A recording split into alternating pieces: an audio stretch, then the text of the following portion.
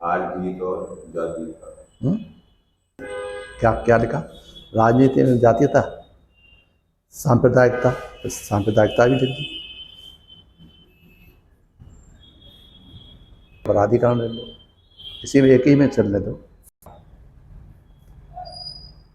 नमस्कार भाइयों बहनों, मैं doctor Chandrapal, IAS, former secretary Bharat सरकार, principal adviser planning commission Bharat सरकार एवं राष्ट्रीय अध्यक्ष आदर्श समाज पार्टी आपको कुछ विचार विमर्श करना चाहता हूँ। देखिए, आश्चर्य यह है कि आदर्श समाज पार्टी जो बनी थी उसका आधार यही था कि जातीयता समाप्त हो, सांप्रदायिकता समाप्त हो एंड ये जो भाईचारा है वो बरकरार हो, जो अपराधीकरण है वो बंद हो। ये सब बातें लेकर के हमने चुनाव सुधार की बात भी करते हुए हमने पार्टी बनाई थी आदर्श समाज पार्टी। इसका नाम था आदर्श समाज, आदर्श मानव बने, आदर्श समाज बने और आदर्श तभी आदर्श राष्ट्र की कल्पना की जा सकती है।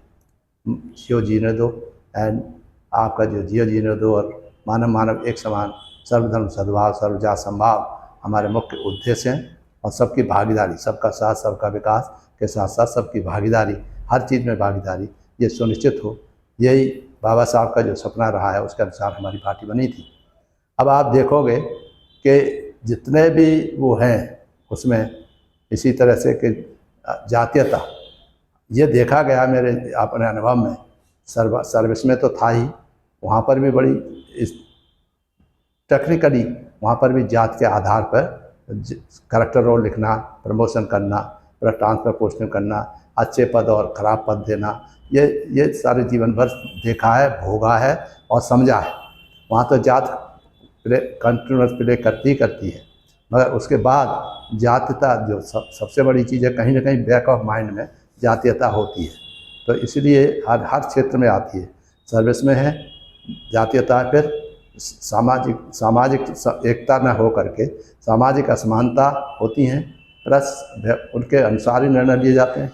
तमाम धर्म के आधार पर हिंदू मुसलमान क्रिश्चियन इनमें झगड़ा कराने के लिए पॉलिटिशियंस जो निर्णय लेते हैं वो भी इसी में बहुत ही खतरनाक खेम है। इसके आधार पर लगता है करे मेरा तो सब लोगों से संपर्क किया था और मैं कैसे हार गया। मैं सोचता हूँ कि इसलिए हार गया कि पर्टिकुलर ग्रुप ऑफ कास्ट जो है उनमें आप नहीं आते, या एक ग्रुप एक जात है जो आप उसको जो लोग घृणा करते हैं। जैसे मेरे बारे में 2009 में कहा था, एक हमारे प्रोफेसर थे, उन्होंने कहा था कि हम गए थे तो बड़ा स्वागत कर रहे थे आपका लोग, तो साहब बहुत अच्छे हैं, रात में जाते तो काम करते हैं और यहाँ तहसील बनवा दी, ITI बनवा दिया, टूंडा में बनवा दिया, रत्नापुर में बनवा दिया, सब जगह तारीफ ही तारीफ बढ़ी। मगर बाद में साहब एक लड़का खड़ा हो गया जो छत्री था, अब वो खड़े होकर कहता है कि तब आखिरकार वो जाटव तो हैं इसलिए हम वोट नहीं देंगे। अब आप इमेजिन करिए कि जाटव होने का, मैं पैदा होने से मेरे ऊपर ये कलंक लगा कि मैं जाटव हूँ इसलिए वो वोट नहीं मिले मुझे और मैं हार गया। अब वो तब से आप इमेजिन करिए मेरे दिमाग में क्या है। तो मैं चाहता था जातीयता समाप्त हो, तो जातीयता समाप्त करने के भी हमने अपनी पार्टी के द्वारा उद्देश्यों में लिखा है कि कैसे ख़त्म हो। वो आप जो है आर्टिकल 17 को अमेंड करिए और 17 अमेंड करने के बाद जो आप whosoever practices caste will be punished। उसी तरह से कि ये जो धर्म की बात है कि जो धर्म का नाम से इलेक्शन में काम करे उसके खिलाफ सख्त से सख्त कार्रवाई होनी चाहिए। तो ये जब तक नहीं होगा तब तक जो जात धर्म के आधार पर वोटिंग होती है तो कभी अच्छे आदमी जीत ही नहीं सकते, क्योंकि अपराधीकरण और एक बहुत बड़ा मुद्दा है। अपराधी सब जगह फैलते चले जा रहे हैं, आप लोग सभी देखते हैं, कोई भूलता नहीं कि यही है कि अपराधी जो हैं वो पहले खुद एक जनरेशन से चलते रहे, कई 3 4 बार MP बने, MLA बने, और फिर वो मरणासन है तो उससे पहले अपने बच्चों को बिठाए देते हैं।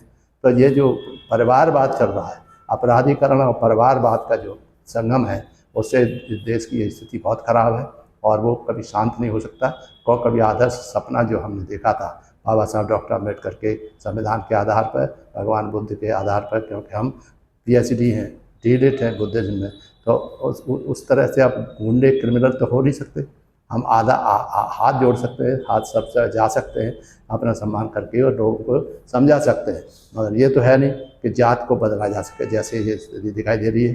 तो कैसे ये होता है? अगर मैं कभी मुझे शक्ति मिली किसी तरह से पार्लियामेंट में पहुंचा दिया, तब मैं पहला बार कहूँगा कि जातीयता समाप्त हो, इसके लिए बिल लाया जाए हैं, और उसमें 17-18 आर्टिकल के अंतर्गत ये जात खत्म हो और सांप्रदायिकता का भी एक कानून बने, जिससे कि ये स्वच्छ साफ सुथरे इलेक्शन हो सके हैं।